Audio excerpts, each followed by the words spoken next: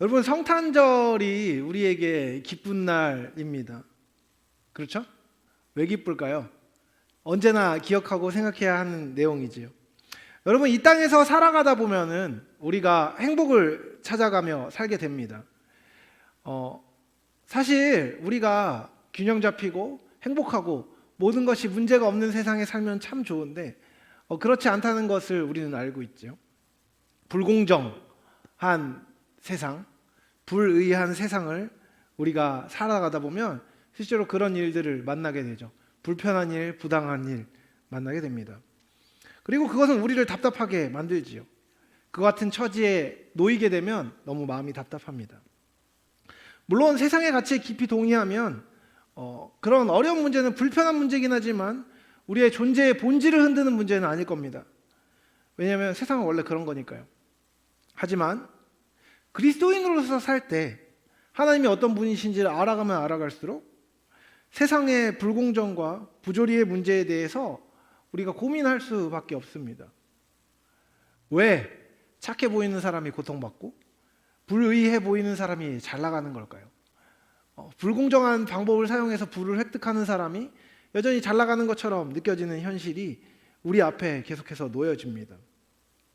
완전하신 하나님과 그분이 지으신 세상을 향해 살아갈 때 불완전한 세상을 통해 오는 불편함은 우리에게 어려움을 느끼게 합니다.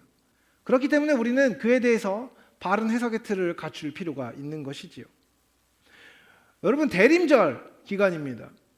예수님이 이 땅에 오신 이유와 이 사랑의 부조리와 무질서는요, 멀리 떨어져 있는 게 아닙니다. 사실 아주 깊은 연관을 갖고 있죠. 여러분, 예수님께서 오신 이유는 무엇입니까? 가장 단순하게는 우리를 구원하기 위해라고 이야기할 수 있을 것입니다. 하지만 여러분, 그분의 오심은 인간만의 회복이 목적이 아닙니다. 온 피조 세계를 하나님의 뜻 안에서 회복하는 것을 하시는 일이 메시아의 일인 것이죠.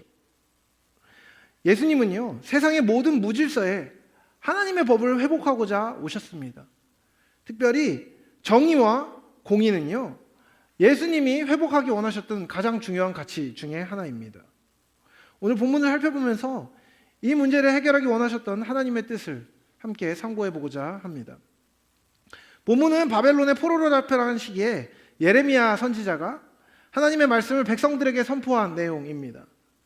예레미야를 통해 하나님은 이스라엘 백성들의 삶, 특별히 포로되어서 잡혀갔던 그들의 삶에 하나님의 선한 말이 성취될 것을 약속하고 계십니다.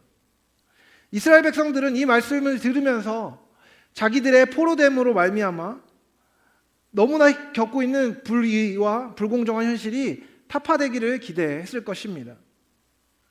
힘 있는 정치 지도자의 도래를 계속해서 기다렸겠죠. 하지만 그것은 부분적으로 일어났을 뿐 완전히 실현되지 않았습니다. 이 본문은요, 성서학자들에게 미래의 메시아가 어떤 속성을 가진 분이신지를 알려주는 본문이라고 해석됩니다.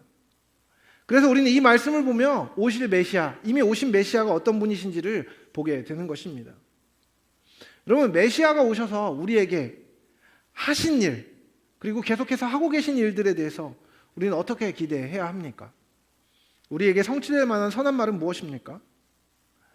여러분, 우리는요, 지금 자유민주주의 국가에 살고 있습니다. 자유롭게 살고 있죠. 그렇죠? 우리가 바벨론처럼 포로된 삶을 살고, 바벨론 나라에 포로된 이스라엘 백성들처럼 강점기에 살고 있지 않습니다. 일제 강점기에 살고 있는 사람들과는 지금 상황이 많이 다르지요. 우리는 자유롭습니다. 다치면 병원에 갈 수 있고, 아프면 쉴 수 있고, 그렇죠? 그리고 하고 싶은 말을 마음대로 할 수 있고, 인터넷에 무슨 말을 하면 잡혀갈까 봐 살짝은 불안해도 실제로 잡혀가지는 않습니다.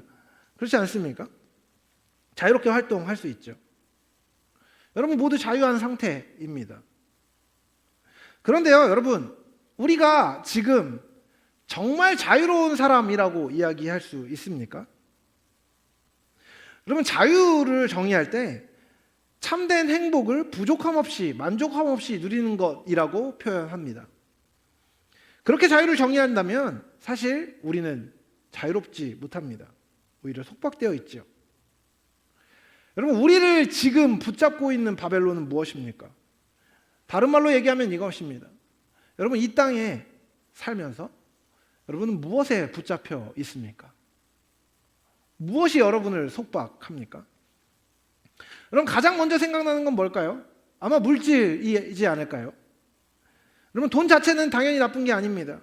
하지만 돈을 수단이 아니라 목적으로 여기는 사회 분위기에 그리스도인들도 동일한 태도를 갖고 있는 것이 슬픈 사실입니다. 뭐니 해도 머니가 최고라는 말은요, 교회 밖에서만 들리는 이야기가 아닙니다.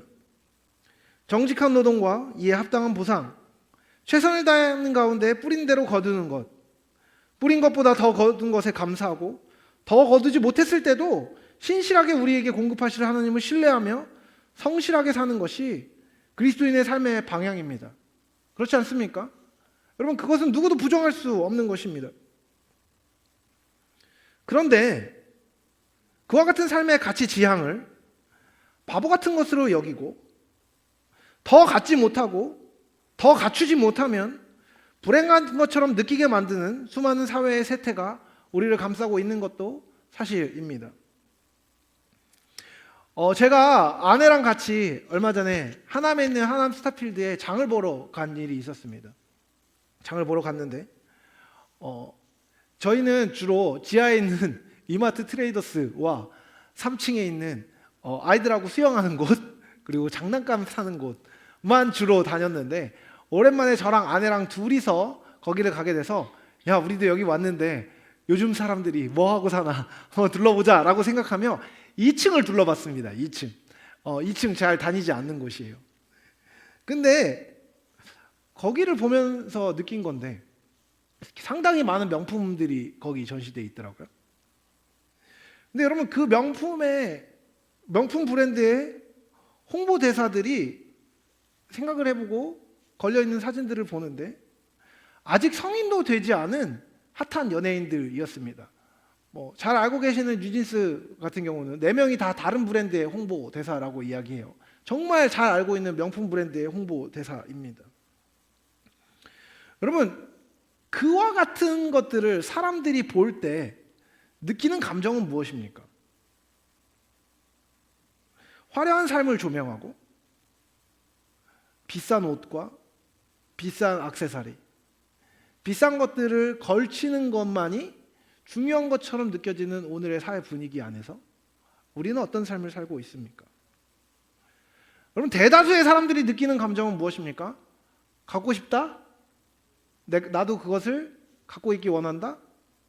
아니었나요? 부럽다? 좋아 보인다?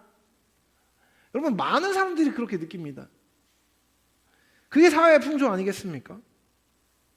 그리고 여러분, 그와 같은 것들을 얻기 위해서 사람들이 행하는 수단은 무엇입니까? 정직한 노동입니까? 보통은 쉬운 방법을 찾으려고 애쓰죠. 그렇지 않습니까? 이 사회는 돈이 가져다주는 쾌락을 추구하는 것을 부끄러워하지 않습니다. 그리고 그 쾌락을 위해서 취하게 되는 모든 수단이 정당화되죠. 성이 상품화됩니다. 여러분, 얼마 전에 트위치가 우리나라에서 사업 철수를 결정했는데, 트위치에서 방송을 하고 있는 BJ 중에 굉장히 많은 사람들이 옷을 벗고, 그렇죠? 자기 몸을 상품화해서 사람들에게 도네이션을 받으려고 애씁니다.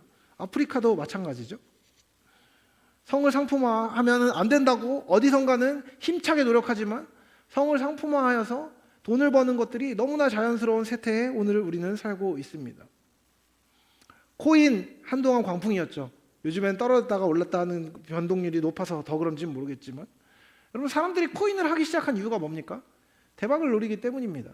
자기가 갖고 있는 적은 돈만 투자해도 큰 돈으로 돌아오기를 기대하기 때문이죠. 복권, 로또 한 번 맞아서, 수지 맞아서, 여러분, 목사님 제가 1등 되면 11조 교회 하겠습니다 라고 말했던 수많은 사람들이 있습니다. 그 말을 할 때 제가 허허 웃으며 지나가지만 저는 정직하게 그것이 옳다고 생각하지 않습니다.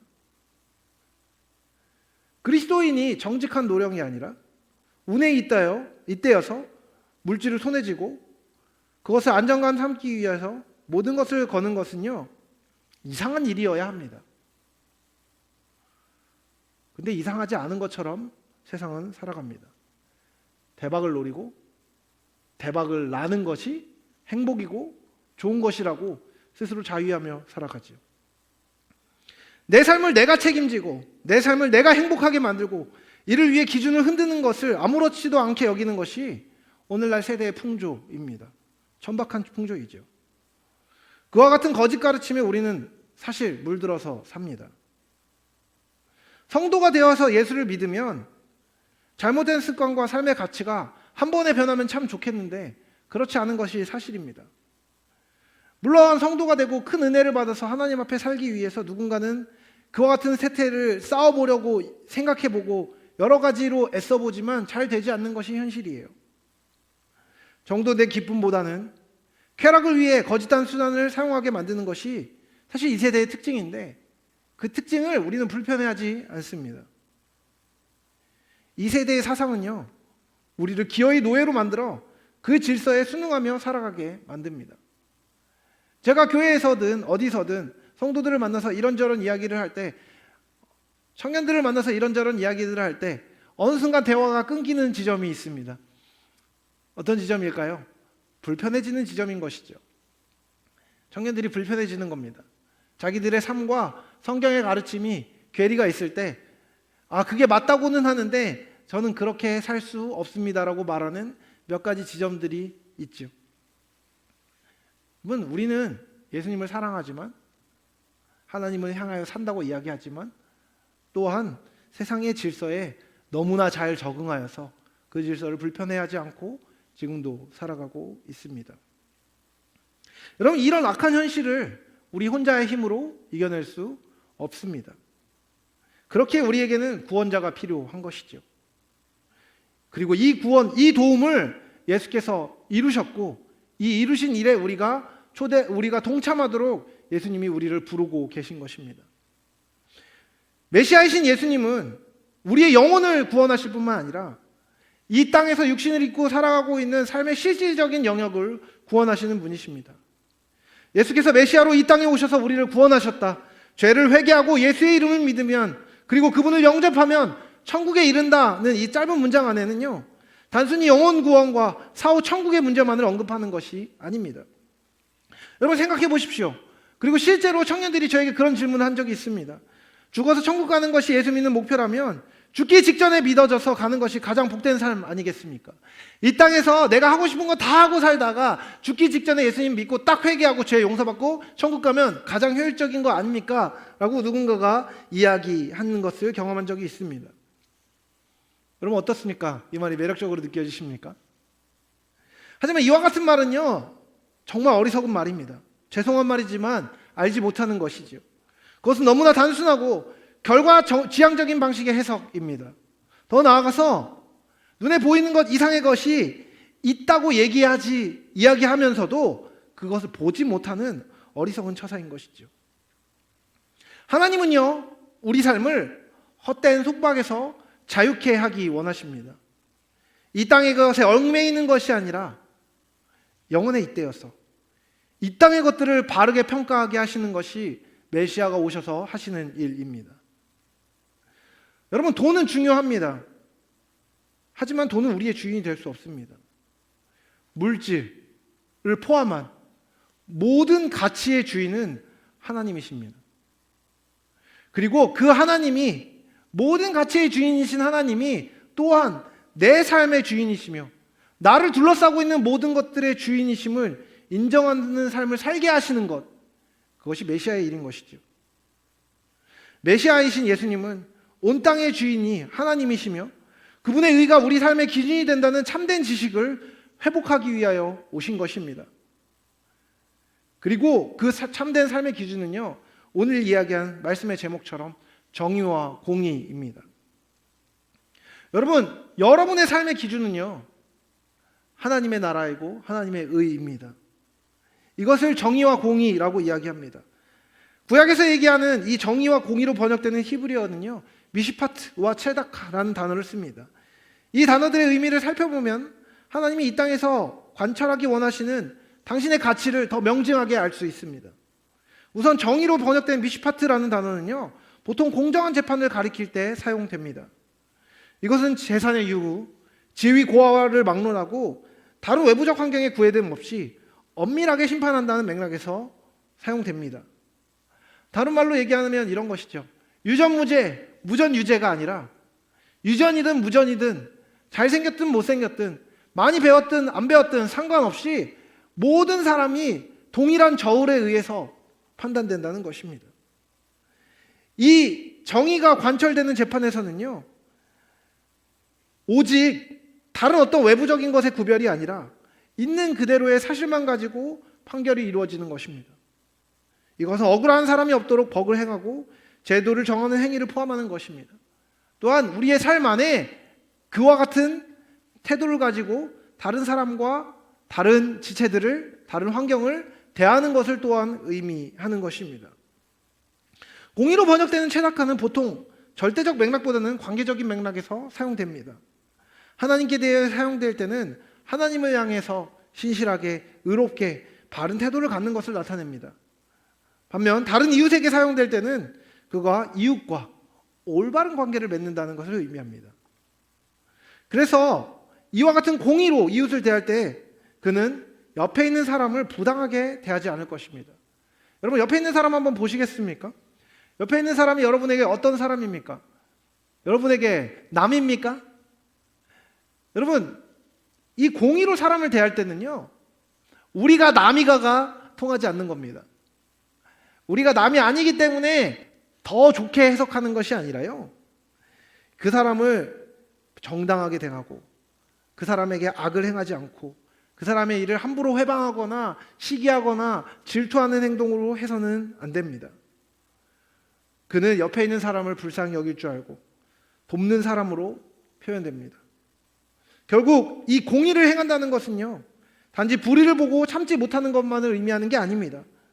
다른 사람의 어려운 처지에 대해서 긍휼히 여길 줄 알고 다른 사람의 상황에 대해서 마땅히 품어야 하는 바른 마음입니다. 예를 들어 볼까요? 제가 우리 영탁 형제님하고 크게 싸웠다고 한번 생각해 봅시다. 아니, 지민 형제님이랑 영탁 형제님이 편을 먹고 제 욕을 막 하고 다닌다는 걸 제가 알게 되었습니다. 얼마나 크게 마음이 고개 끄덕거리지 마라. 제가 얼마나 마음이 상하겠습니까? 제가 얼마나 기분이 나쁘겠습니까? 여러분, 그런데요, 그럴 때 관계가 아직 다 풀리지 않았을 때에도 문제가 하나 발생 한번 했다고 생각해 볼까요? 그런데 그 와중에 지민 형제님이 큰 실수를 저질렀습니다. 그러면 여러분, 그 실수를 저질렀을 때 그 실수를 저는 지도자로서 어떻게 대해야 할까요? 실수한 만큼 제가 함께 짐을 져주고, 혹시 실수한 가운데 형제님만의 잘못된 부분이나 연약한 부분이 있다면 고칠 수 있도록 도와주는 것이 저의 일일 것입니다. 그게 합당한 일이 맞겠죠? 근데 여러분, 제가 제 욕을 하고 다녔던 것에 대해서 아직 감정이 풀리지 않은 거로 말미암아서 지민 형제에게 영탁 형제님과 공모하였다고 억울한 일을 씌우고 이거 봐 이러면서 내 감정을, 안 좋은 감정을 푸는 식으로 만약에 해결한다면 여러분, 제가 공의로운 지도자라고 이야기할 수 있을까요? 아닌 겁니다.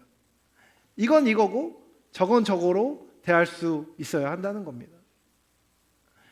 이것과 상관없이 내가 행해야 될 바른 태도를 가지고 그에게 행하는 것, 그것이 정의입니다. 공의인 것이죠. 여러분, 제가 이 공의와 정의에 대해 설명했습니다.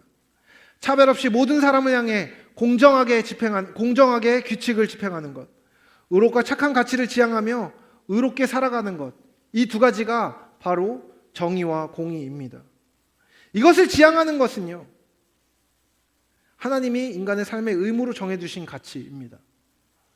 여러분, 이 정의와 공의를 지향하는 사람은요, 내가 노력한 것 이상으로 오는 것에 대해서 감사하되 당연하게 여기지 않습니다. 또한 내가 노력했을 때 내가 노력한 만큼 오지 않은 것처럼 느껴질 때에도 그것을 바라보며 불평하는 것이 아니라 이 상황 안에 하나님께서 내 삶에 무엇을 허락하기 원하시고 어떻게 하기 원하시는지를 구하며 신실하게 한 걸음 한 걸음을 내딛는 것입니다. 여러분, 이와 같은 삶의 방식을 보이신 분이 예수님입니다.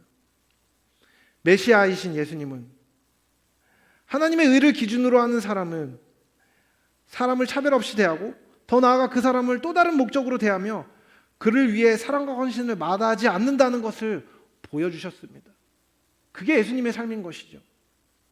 자기 사랑, 쾌락, 돈이 기준이 되어 살아가는 것이 아니라 하나님을 사랑하고 정의와 공의가 실행되는 것을 그리스도를 통해 보이시고 그 삶을 따라가는 자들을 통해 확장하는 것이 하나님의 계획입니다.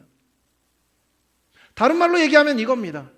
여러분, 예수님께서 메시아로 이 땅에 오셔서 사랑하는 방법을 알려주셨습니다. 정의롭게 사는 방법을, 공의롭게 사람을 대하는 방법을 알려주셨습니다. 우리를 그렇게 대하심으로 말미암아서 말이죠.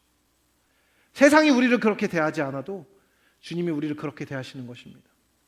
세상은 실수를 참지 않고 지적하고 혼내고 뭐라고 하지만 예수님은 우리의 잘못을 고치기 위하여서 우리의 영혼을 공격하는 것이 아니라 우리의 영혼과 우리의 영혼의 지성의 말을 건네시고 우리와 함께 하시고 우리를 참으시고 우리를 향해 손을 내미시고 우리와 동행하시는 것입니다. 그 방법을 경험한 우리가 또한 이 땅에서 그 삶을 삶으로 이 땅에 하나님의 공의와 정의를 보이는, 전하는 삶을 살도록 하는 것이 우리 가운데 오셔서 메시아가 하시는 일인 것입니다. 이와 같이 정의와 공의가 실행되면요, 여러분, 우리에게 보장되는 것이 무엇입니까?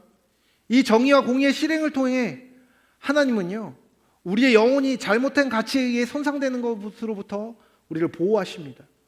우리를 구원하십니다. 우리의 영혼을 안전하게 보호하시는 것입니다. 이렇게 주께서 우리를 보호하실 때 우리는 평안과 행복으로 인도되는 것입니다.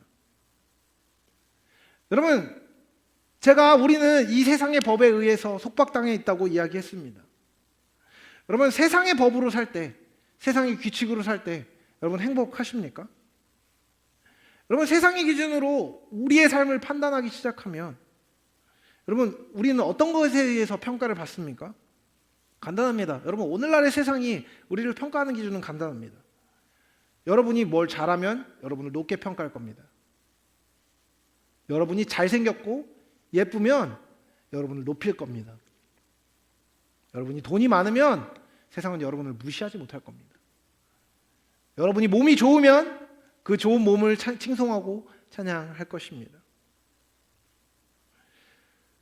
여러분, 그와 같은 평가에 너무 익숙한 사람들은요, 하나님의 형상으로 지어진 우리의 영혼의 가치로 말미암은 자존감을 회복할 수 없습니다.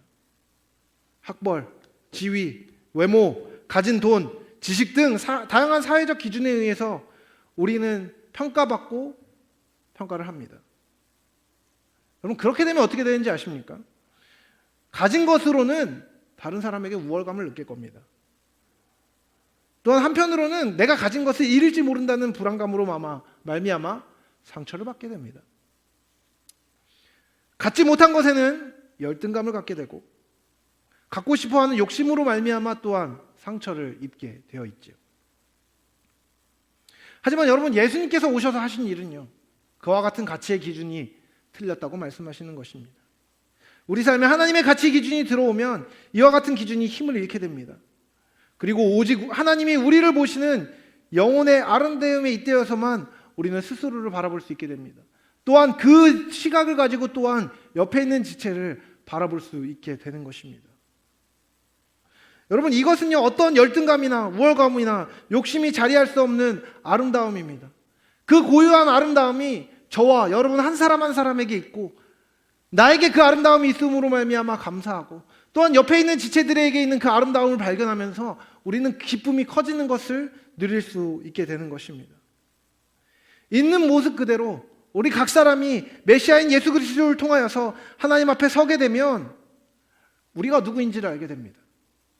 누구에게도 비견될 수 없는 독특한 우리의 영혼의 아름다움이 우리에게 있음을 깨닫게 되면 우리는 또한 다른 사람을 볼 때에도 그 사람의 아름다움을 발견할 수 있습니다. 그리고 그와 같이 아름다운 사람들이 주고받고 있는 이 땅의 세상을 향해서 스스로를 향해서 참된 정의와 공의의 질서가 자리 잡게 될 때 우리의 영혼은 구원받고 안전해지는 것입니다. 여러분의 영혼 안에 있는 불안정함이 여러분의 영혼 안에 있는 혼란스러움이 해결되는 것, 참된 질서로 말미암아 회복되는 것, 그것이 메시아이신 예수님께서 오셔서 하시는 정말 중요한 일입니다.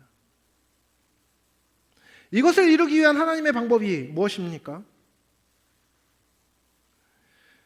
엄격하고 관철해내기 힘든 것을 던져주고 무책임하게 돌아서 그것을 할 수 있는지 아닌지를 보면서 우리를 조롱하는 것이 하나님의 역할입니까? 프로젝트를 던져주고 그것이 성공하면 그 성과를 가져가고 실패하면 책임을 떠넘기는 악덕 직장 상사 같은 일을 하나님은 하고 계신 겁니까? 자, 의로운 삶을 살아봐라, 잘해봐라 던져주고 살면 거봐 내 덕분에 산 거야 라고 얘기하면서 자기 만족을 누리고, 그렇게 살지 못하는 우리들을 향하여서 돌을 던지는 것이 하나님의 역할입니까? 아닙니다. 그런 하나님은 우리는 믿지 않습니다. 하나님은, 우리 주님은 이 공평과 정의의 법을 우리에게 당신의 나타나심을 통해 보이신 것입니다. 가장 높은 곳에서 모든 것을 입으로만 하실 수 있는 명분과 능력을, 자격을 두르고 갖추고 계셨지만 예수님이 이 땅에 오셨습니다. 모든 권리를 포기하시고 우리를 섬기신 것이죠. 여러분, 저는요 그런 생각을 가끔 할 때가 있습니다. 솔직히 얘기하면 가끔 답답할 때가 있습니다. 왜냐하면 제가 가끔 하는 얘기인데 다들 제 마음 같지가 않습니다.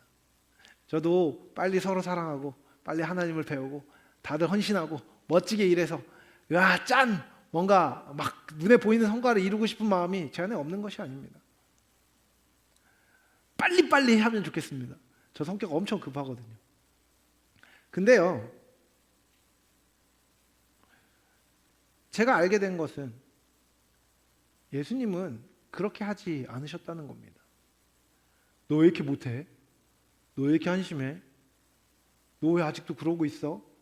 라는 말을 기도할 때 예수님으로부터 한 번도 들은 적이 없습니다. 급하게 당신의 방법을 우리에게 강요하시고 관철하시고 왜 이걸 못하냐고 주님은 우리를 몰아붙이지 않으십니다. 여러분, 주님은 그럴 만한 자격을 갖고 계신 거 알고 계십니까? 주님의 길은 완전하고요, 온전하고요, 우리에게 선하고요, 우리가 정말 자유해지는 길입니다. 그래서 그 길을 강요해도, 그리고 그 길을 강요에 의해서 가게 되더라도 우리는 좋은 것을 누릴 수 있습니다. 그런데 그럼에도 불구하고 예수님은 우리를 몰아붙이지 않으십니다. 그분은 우리와 함께 하심으로 말미암아 당신의 길을 우리에게 보이고 계십니다. 그리고 우리가 설령 우리의 죄된 의지와 잘못된 판단으로 인하여서 멀리 갈 때도 주님은 우리를 기다리십니다. 주님은 우리에게 함께 하자고 말씀하십니다. 그분이 우리의 주인이심에도 불구하고, 우리의 주인의 자리에 서셨음에도 불구하고 주인으로서 모든 것을 좌지우지하는 독재로서 우리의 삶을 움직이시는 것이 아니라 주인된 왕이심에도 불구하고 그분은 우리에게 진리의 길을 보이시고 그 길로 오도록 기다리십니다. 여러분, 누가 여러분의 주인입니까? 누가 우리의 주인입니까? 아니, 반대로 물어봅시다. 누가 여러분의 주인이 되기에 합당합니까? 돈입니까? 쾌락입니까? 명예입니까? 힘입니까? 지위입니까? 그것이 당신을 참되고 행복한 삶으로 인도할 수 있다고 정말로 믿고 판단하고 계십니까? 그것이 정말 합당하다고 여겨진다면 죄송하지만 그것을 따라가십시오. 하지만 여러분이 만물의 주인이시고 사랑하시고 공평하시며 정의로우신 하나님이 여러분의 주인이 되기에 합당하신 분이라면 그에 합당한 삶을 살기로 결정하십시오. 언제까지 머뭇거리시겠습니까? 여러분, 무엇을 쫓아가시겠습니까? 헛된 것을 쫓아가지 마십시오. 예수님을 쫓아가십시오. 여러분의 삶에서 예수님이 목적이 아니고 예수님이 동기가 아닌 것들을 내려놓으십시오. 그리고 여러분을 기다리고 있는 예수님이 계신 곳으로 찾아가십시오. 그곳은 때론 낮은 곳일 것이고, 때론 괄시를 받는 곳일 것이고, 때론 다른 사람이 느끼는 곳보다 힘든 것일 것이고, 홀대를 받는 곳일런지도 모르겠습니다. 다른 사람이 하지 않아도 되는 일을 해야 되는 자리일지도 모릅니다. 무릎 꿇지 않는 자리에 무릎 꿇어야 하는 사명으로 하나님 부르신 사람도 있을 것이고, 아무도 섬기고 싶어 하지 않는 자리에 섬기는 자리로 부른 사람도 있을 것이고, 예배하지 않는 곳에 예배하는 자리로, 누구도 성실하게 일하지 않는 곳에 성실하게 일하는 자리로 우리를 부르셨을지도 모릅니다. 하지만 여러분 기억하십시오. 그곳이 여러분에게 주실 수 있는 최고의 기쁨을 하나님이 제공하시는 자리입니다. 참 자유와 기쁨, 행복과 하나님의 영원한 아름다움이 있는 예수의 길로 함께 걸어가는 저와 여러분이 되길 사랑하는 주님의 이름으로 축복합니다.